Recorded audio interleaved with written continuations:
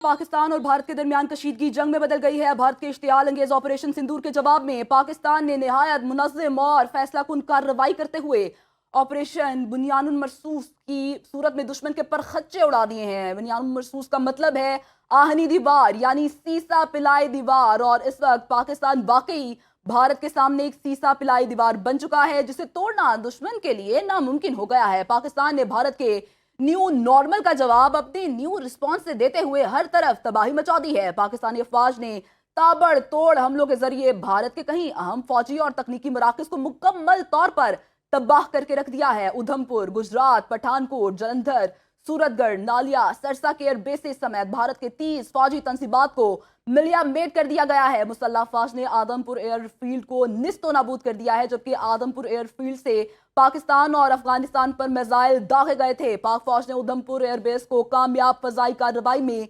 मलबे का ढेर बना दिया है। पठानकोट एयरफील्ड मुकम्मल तौर पर नाकारा बना दी गई है।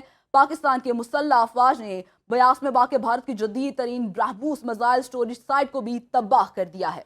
जी हाँ, पाकिस्तान की जानिब से भरपूर और जिम्मेदाराना जो जवाब है वो भारत को दिया गया है और अभी भारत की उन फौजी तंसीबात को निशाना बनाया गया है जहां से पाकिस्तान पर मिसाइल फायर किए गए थे। ये वो बेसिस थी जहां से पाकिस्तान पर मिसाइल फायर किए गए और पाकिस्तान ने जो जवाब देने में वक्त लगाया वो सिर्फ इसलिए था ताकि जो दीगर ममालिक हैं, जो दोस्त ममालिक हैं, उनको भी ये बता दिया जाए, उनको ये बावर करवा दिया जाए कि ये वो जगह हैं, आप चाहें तो तहकीकात कर लें। यहाँ से पाकिस्तान पर जो है वो मिसाइल फायर किए गए, पाकिस्तान पर हमला किया गया और पाकिस्तान किसी सूरत इन जगहों को स्पेयर नहीं करेगा, इन बेसिस को निशाना बनाएगा। और जब ये सबूत दुनिया के सामने रख दिए तो फिर पाकिस्तान की जानिब से उस जगह को निशाना बनाया गया, फौजी तंसीबात को ही निशाना बनाया गया, मिलिट्री इंस्टॉलेशन तबाह की गई। राफेल की बात कर लें, हम S-400 एयर डिफेंस सिस्टम की बात कर लें तो उनको भी हमने तबाह कर दिया है। और इस वक्त अगर हम बात करें तो भारत का कई मिलियंस डॉलर का नुकसान हो चुका है। राफेल से ये सिलसिला शुरू हुआ, फिर उसके बाद जो हमने इसराइली साख्ता ड्रोन्स थे वो तबाह किए और साथ ही साथ उसके बाद अब आप देख भी सकते हैं कि किस तरह हमने दुश्मन का एयर डिफेंस सिस्टम जो है उसको बुरी तरह नाकारा बना दिया है। इसके साथ साथ हम दिफाई महाज पर, सिफारती महाज पर जो दुश्मन है उसको शिकस्त तो देते आ रहे हैं, साथ ही साथ अगर हम बात करें तो हम साइबर महाज पर भी खासे मुतहरिक हैं और दुश्मन की इस वक्त जो काफ़ी वेबसाइट्स हैं वो हैक हो चुकी हैं। वहाँ पर पाकिस्तान एयरफोर्स के जो बैनर्स हैं वो दिखाई दे रहे हैं, पाकिस्तान एयरफोर्स जो है वो वहाँ पर नजर आ रहा है और इस तरह जो दुश्मन है वो मुकम्मल तौर पर मफलूज हो चुका है। इससे पहले हमने दुश्मन का जो कम्युनिकेशन सिस्टम था, जो कि किसी भी वॉर के अंदर, किसी भी हमले के अंदर बड़ी अहमियत का हामिल होता है, हमने उसको मुकम्मल तौर पर चौक किया, उसको हैक किया और दुश्मन को बुरी तरह मफलूज करके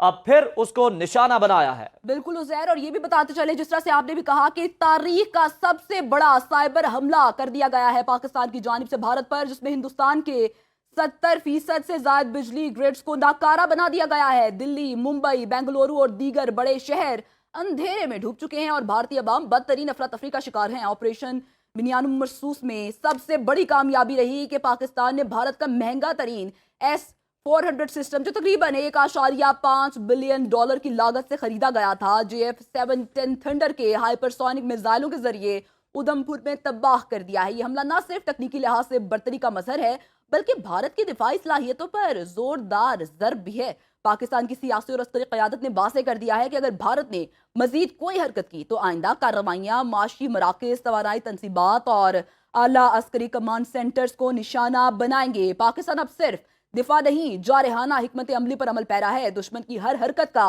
भरपूर फैसला कुन और दो टोक जवाब दिया जाएगा। ये नई जंगी हिकमत अमली दुश्मन को ये पैगाम दे रही है, अगर भारत ने खित्ते के अमन से मजीद खिलवाड़ किया तो अगला वार उसके दिल पर होगा। दूसरी जानिब वज़ीर आज़म शहबाज शरीफ ने न्यूक्लियर और मिसाइल पॉलिसी से मुतालिक उमूर पर फैसला साजी के लिए नेशनल कमांड अथॉरिटी का इजलास भी तलब कर लिया है। नेशनल कमांड अथॉरिटी न्यूक्लियर और मिसाइल पॉलिसी से मुतालिक उमूर पर फैसला साजी का इख्तियार रखती है। नेशनल कमांड अथॉरिटी का क़याम फरवरी 2000 में कौमी सिक्योरिटी काउंसिल की जानिब से लाया गया था, जबकि आपको ये भी बताते चलें कि अमरीकी वज़ीर ख़ारजा मार्को रूबियो ने army chief general Syed Asim Munir से टेलीफोनिक गुफ्तगू भी की है और उन्होंने फ़रीक़ैन से तहम्मुल की अपील करते हुए कशीदगी में कमी के लिए ताउन की पेशकश भी कर दी गई है। अगर पाकिस्तान की हम बात करें तो हमेशा से अमन का पैगाम दिया जाता है और यही कोशिश की जाती है कि जिस हद तक हो सके सिविलियन आबादी को टारगेट ना किया जाए, अमन को बरकरार रखा जाए। इवन जब फॉल्स फ्लैग ऑपरेशन किया गया भारत की जानिब से तो तब भी पाकिस्तान की जानिब से यही कहा गया था कि प्रूफ रखे जाएं,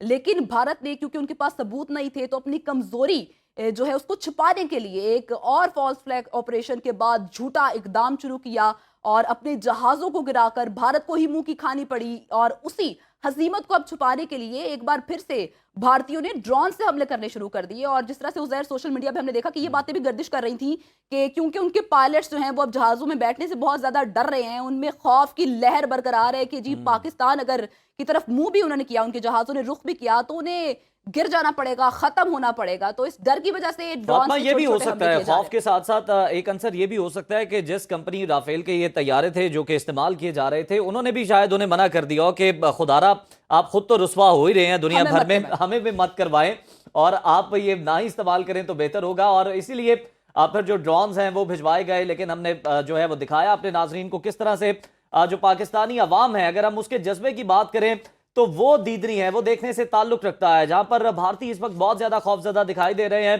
पाकिस्तानी अगर उन्हें पता चल जाए कि यहाँ पर कोई ड्रोन गिर रहा है या कोई ड्रोन उड़ रहा है तो वहां पर वो पहुंच जाते हैं और अगर उनके पास कोई हथियार है तो उससे भी उनको निशाना बनाने की वो कोशिश करते हैं।